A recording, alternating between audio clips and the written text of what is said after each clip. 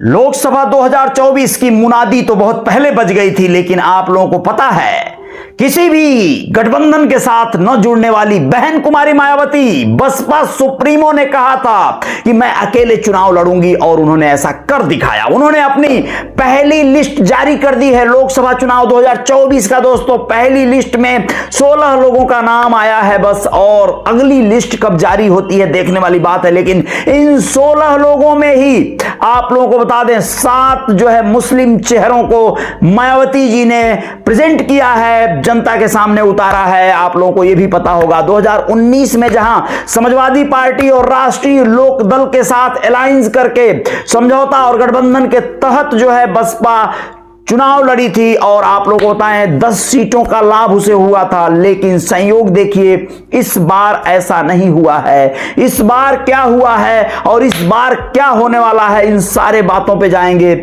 आप लोगों को बताएंगे कि किस तरह से यहां पर जो लिस्ट जारी की।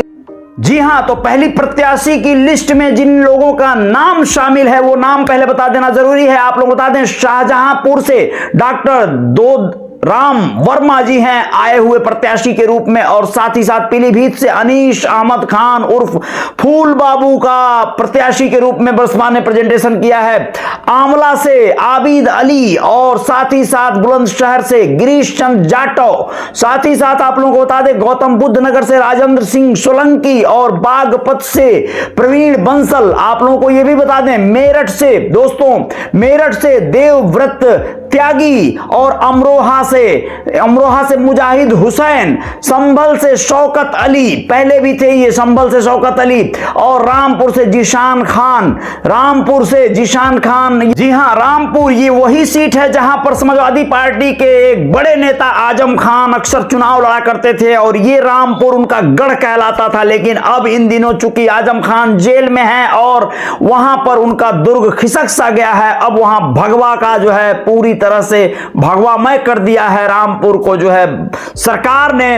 और चूंकि वहां पे बड़ी कसौटी हुई, वो आपको बाद में बताते हैं। लेकिन अब आप लोगों को बता दें कि उसी रामपुर से बसपा ने जिशान खान पर किस्मत आजमाया है, और मुरादाबाद से इरफान सैफी को टिकट दिया है, नगीना से सुरेंद्रपाल सिंह को, और बिजनौर से विजेंद्र सिंह को, मुजफ्फरनगर से दारा सिंह प्रजापति को चुनाव टिकट दिया गया है इस चुनाव में, और कैराना से श्रीपाल सिंह को, सहारनपुर से माजिद अली को प्रत्याशी बनाया गया है। दोस्तों, आप लोग बता दें ये 16 प्रत्याशियों के नाम थे बसपा की जो पहली लिस्ट जारी की गई है। लेकिन आप लोगों को बात हम रामपुर की कर रहे थे, तो रामपुर में हालात कुछ ऐसे बने, संयोग ऐसा बना कि 2019 के चुनाव में आजम खान चुनाव लड़े थे लोकसभा की सीट पर और जीत भी दर्ज कराई थी। लेकिन कुछ ही दिनों बाद उन्हें सजा हो गई थी, जेल चले गए थे, और उसके बाद यहां उपचुनाव हुआ था 2022 में। जेल में रहकर वो चुनाव लड़े, फिर जीत गए। लेकिन देखिए उनकी बदकिस्मती उनके साथ लगी रही, और वो फिर दूसरी बार चुनाव जो है लड़ ही ना सके, और वहां पर दूसरे प्रत्याशी को खड़ा किया